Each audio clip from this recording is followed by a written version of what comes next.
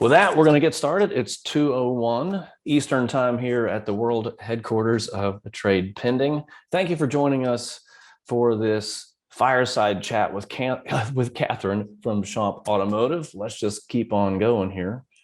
All right. So this is me, Matthew, Chief Marketing Officer at TradePending. There's Catherine. Hey, Catherine, hello. Hi, how are you? I'm doing well, thank you. We'll give you a minute to introduce yourself here in just a second.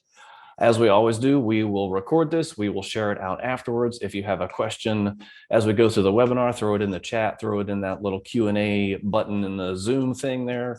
You guys know the drill. We've done this for years and years now. If you haven't yet, please follow us on social. And the reason why it's important to do this is A, because of those bullets you see there, but two, we've given away a bunch of really cool stuff, and we got some other giveaways coming up too. Like last week, we gave away a chainsaw and a cooler and a guitar amplifier. I don't know, you didn't win anything, Catherine. I'm sorry about that, but Yeah, where's my chainsaw? yeah, right.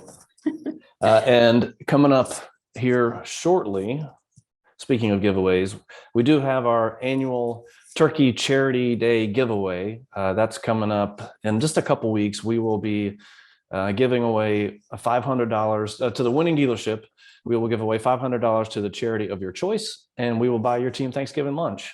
And the way that we pick the winner is we take one of our mascots, the wobbly bird, and there's a 5-story parking deck right behind me here, and we go up and we throw the bird off, and whichever dealer's name it lands on is how we pick the winner.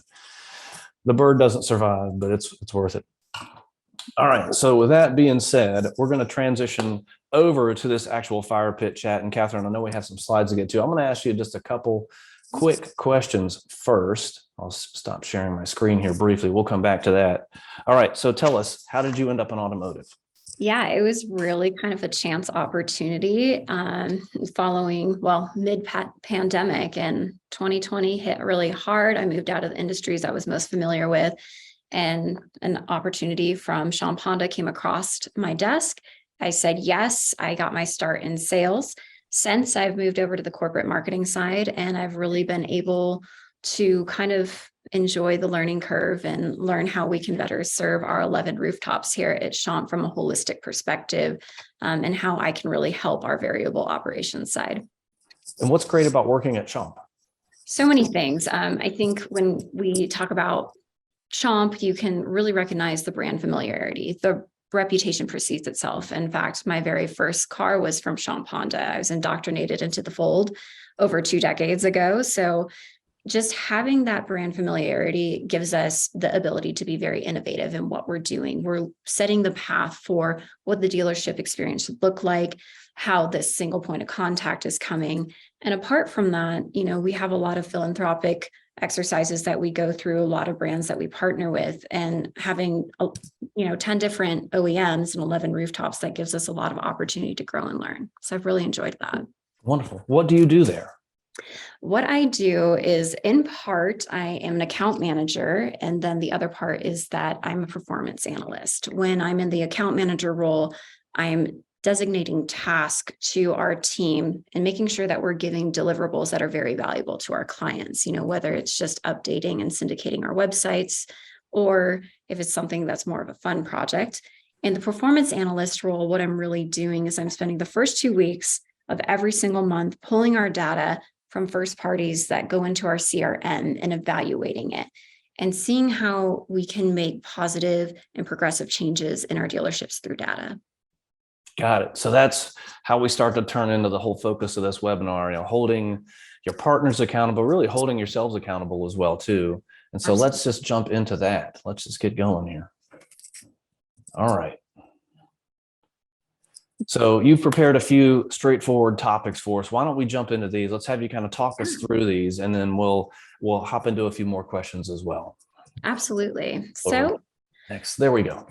Yeah. So let's talk about some static versus non-static variables. Our static variables are the things that are unmoving, unchanging, things that we can readily predict. And I have on here that you choose your lead sources as a dealership. And then the other thing is the sun will rise. We're in a very unfixed sort of industry in the sense that the qualifiable and the quantifiable leads are changing every month based upon the market. Inventory is affected by chip shortages. Sometimes we're bolstered, sometimes we're not. The performance of our employees might not always be static. And then things that are impactful to us, like OEM incentives or what DR tools are being implemented, can change. So what this is telling us is that we need to be very adaptable and nimble in how we approach our operations day in and day out at the dealership. And how we can stay ahead of the curve is by taking our data and looking at it and putting it into a cohesive story of what's happened in the past, what we're experiencing in the present, and then how we can sort of project onto the future of what we're going to be doing. And that data really gives us a strong baseline, and we can start to see trends and find sort of adaptations where we can better impact what is happening on the ground on the sales floor. What are some of the most important things that you measure, or for Schomp to measure in the world, in the view that you have? Yeah, absolutely. So we use a platform called Hive Analytics, and we're pulling first-party data from our CRM in a CSV format. We're sanitizing it, and we use 3 different reports. We have an analytics report, a Moneyball report, and a trends report. And all of these function differently and serve a different purpose for us. Analytics is our 3,000-foot overview. We see everything that's happening in not only our group capacity, but for individual rooftops. Whereas our trends shows us month over month performance for whatever time period we so choose. We found that 90-day periods work the best for us to report on.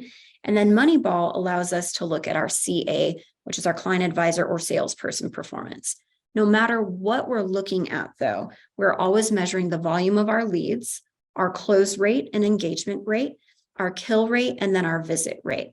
And something that we've started doing recently too is looking at what we're calling an adjusted close rate. So that's not only the vehicles that we're selling on that day of the month, whatever it might be, but we're also taking into account custom orders and deposits, whatever the OEM directs that we can do. If it's BMW, obviously we can have a custom ordered BMW versus, say, a dealership like Honda, where we're only placing deposits on vehicles. So we can account for that to make sure that we're not having any oversight and that our inventory is properly accounted for in the data. Why, or do you recall or know, like, how did 90 days end up being the sweet spot for data versus 30, 60, 90, half a year? Yeah, absolutely. So we wanted to make it digestible and usable for every single one of our rooftops. And we present our reports through Hive Analytics every single month to our GMs and our GSMs and any maybe internet managers that might be present. And that 90-day period is always for the 3 months prior to the report date. And we found that that kind of gives us a really good look at what we can expect from the OEM in terms of when the inventory is turning, when we're allocated new vehicles, and then we can kind of measure it from there. And that's really set the pace for us. Got it. All right. So you have all these measurements. Went ahead a little too far there. Let me back up one. And you're using this to hold yourselves accountable, your partners accountable. Walk us through your framework for this, please. Yeah, absolutely. So when we talk about accountability at the Schomp group level, what we're doing is we're taking all this data and we're putting it in a singular group view.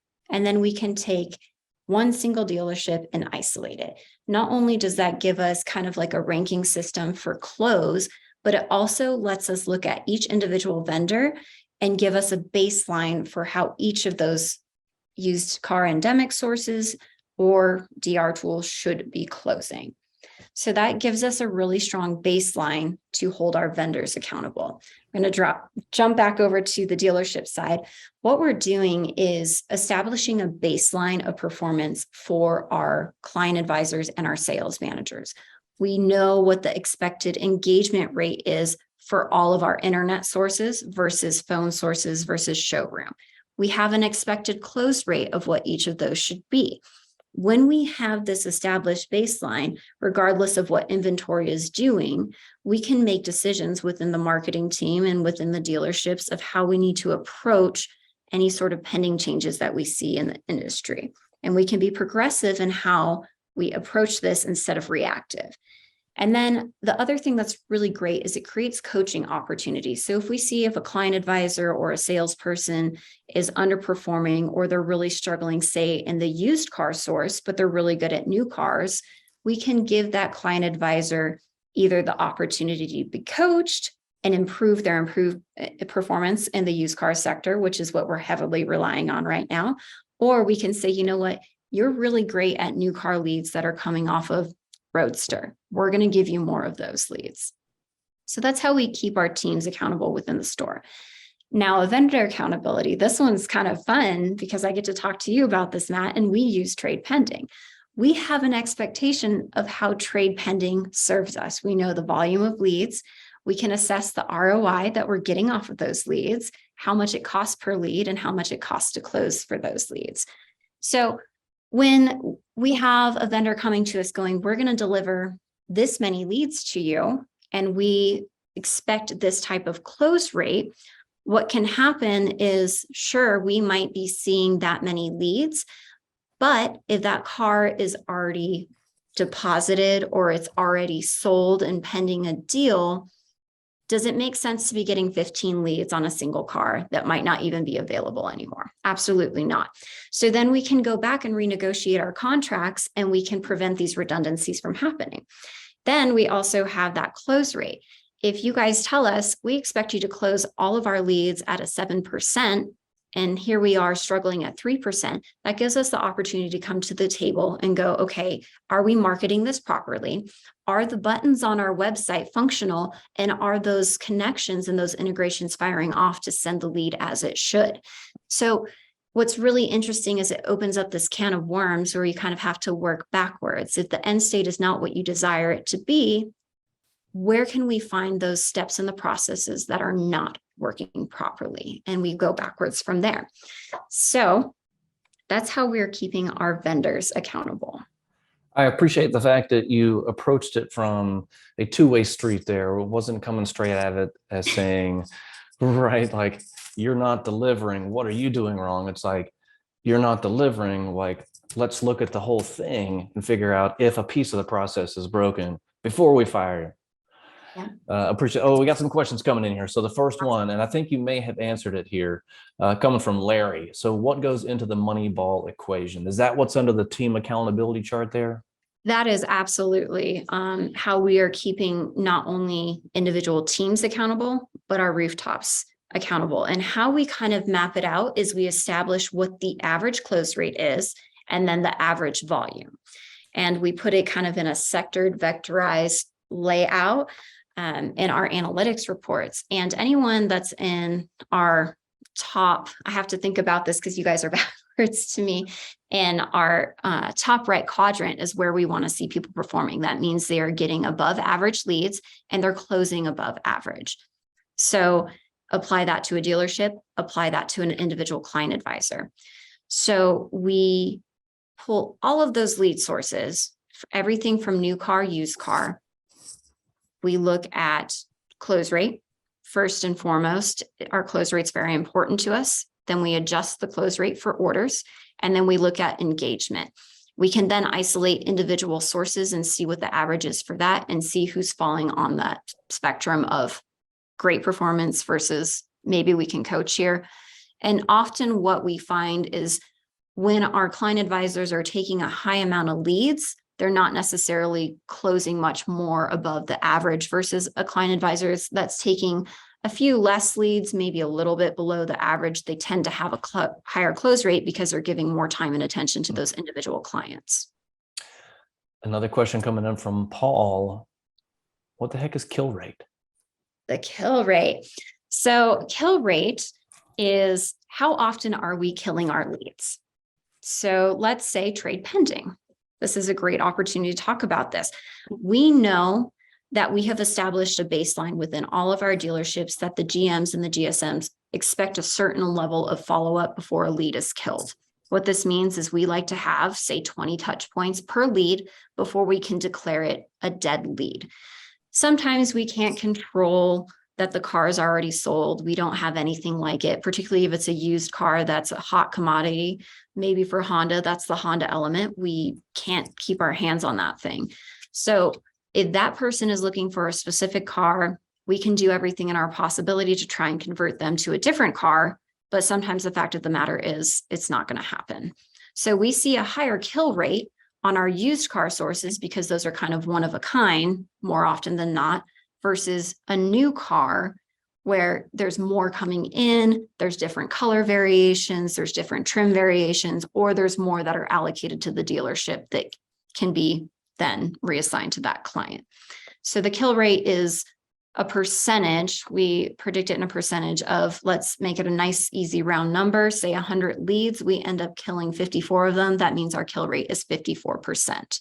And we can look at that based upon the individual, again, lead source to see and predict, okay, why are we killing these leads so often? Is it because that platform for lead source is not updating as frequently? They're not pulling our data and pulling our inventory, and our DMS is not talking as frequently as it should be to this lead source. Okay, what do we need to do to better adapt that integration to make sure that our lead sources have our current inventory?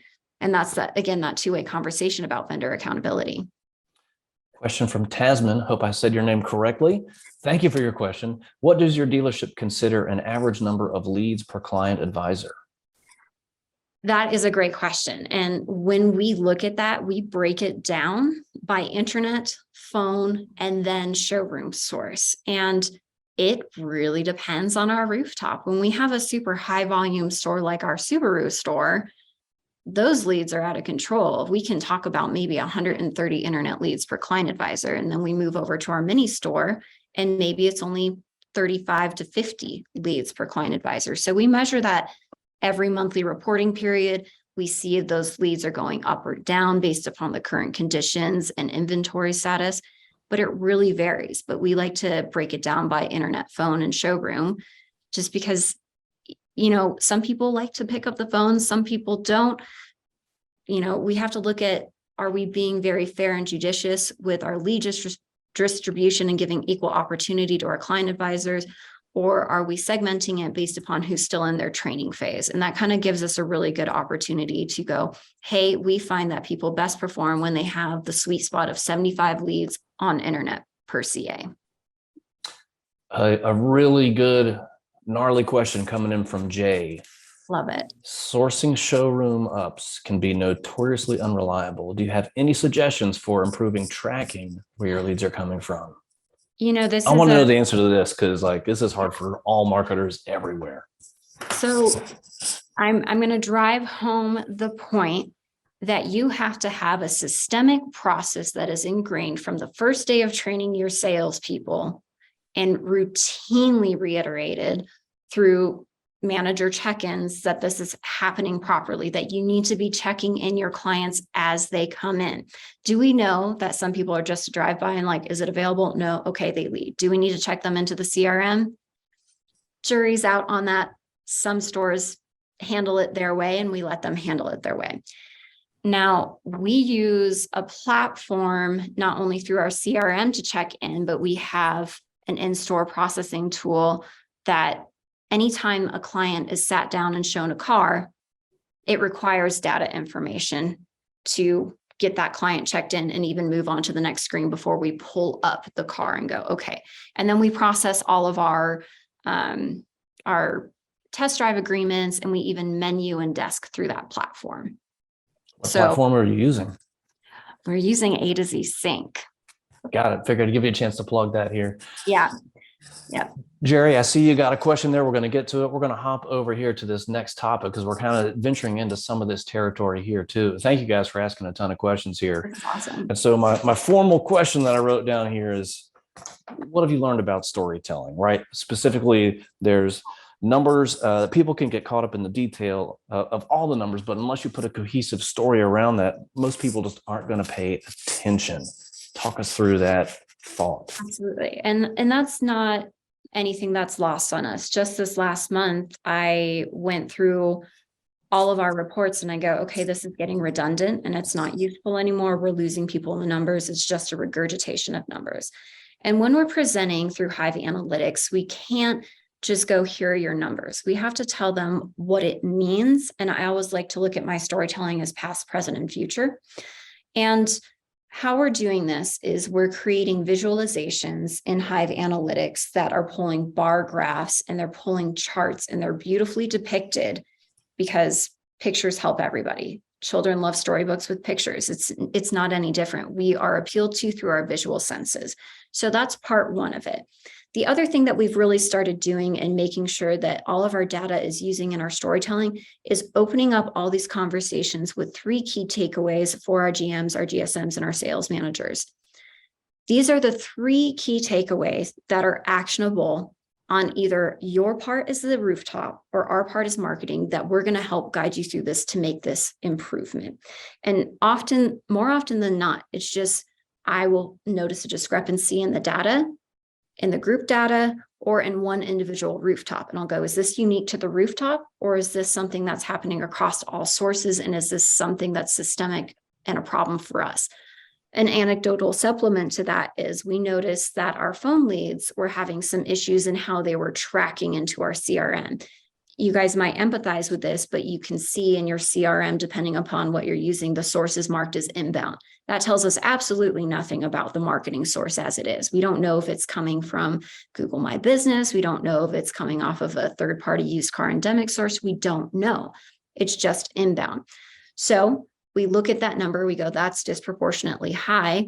These are the dealerships that are probably the most guilty of doing this and not tracking the source correctly. What can we do on our part to make it better? So then we go through our call tracking software, we make a few changes, and then all of a sudden we have better data and analytics and can attribute those leads to their appropriate source. And we might see an uptick in the close rate for those.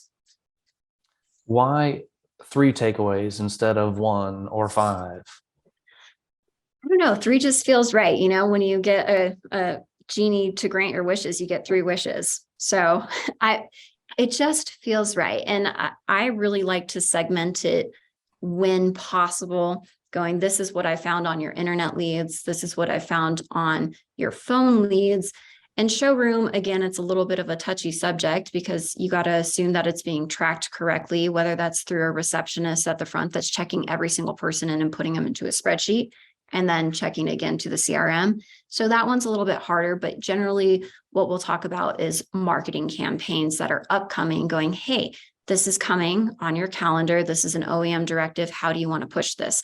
Or maybe we'll even go in and do an audit of the website and say, hey, we found out that these things are not working. The stack on your car presentations doesn't make sense. We need a better CTA. This is how we're going to do it. So it just can be a little bit different depending upon the individual rooftop, but the 3 takeaways gives an actionable and measurable response. Question from Jerry. Mhm. This is back to the talk track probably 5-10 minutes ago. Are there any frameworks out there that are established that can assist a dealer in establishing the baselines that you're talking about? Or like, do you have to work with an agency and use their playbook? Or is there just a simple approach of saying, do 1, 2, 3, and you're on your way to building some baselines?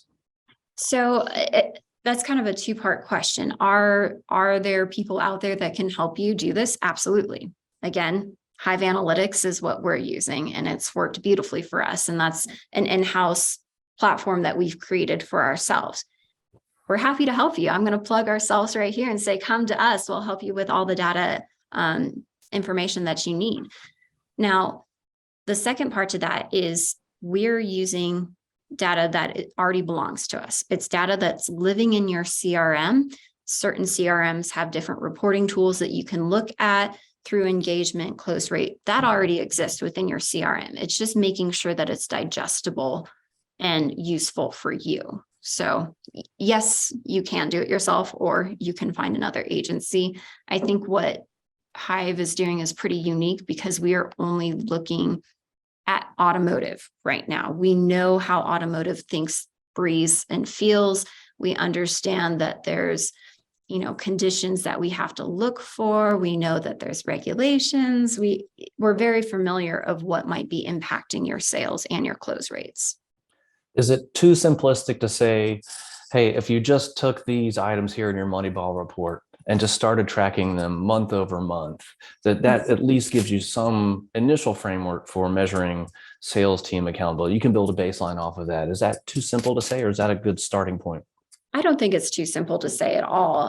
In fact, if you're tracking this regularly in whatever means and measures that you have, there's nothing to say that a 1% incremental improvement will help overall in the long run. If you can just make those marginal improvements, then that's making a difference. It really is. Got it. Question from Jay. Are you currently using Universal Google Analytics or GA4 part 1? Part 2, what excites you about GA4's capabilities? And I'm glad you're having to answer this and not me. Yeah.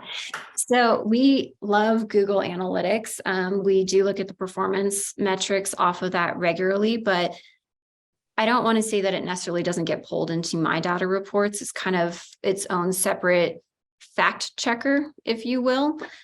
For us, GA4, very excited about it. We have a couple of people within our marketing team that are going through all the courses, getting familiar with it, so we can kind of be ahead of the curve. So come December, we're not going, oh gosh, what do we do? Yes, very excited for it. I think it's going to be a lot more intuitive, a lot more user-friendly. We're pretty excited to see the capability. Good. I'm glad you are. Do you have reservations? I've been having some battles with GA4 just on my own terms, but we're not here to talk about that. Okay. All right.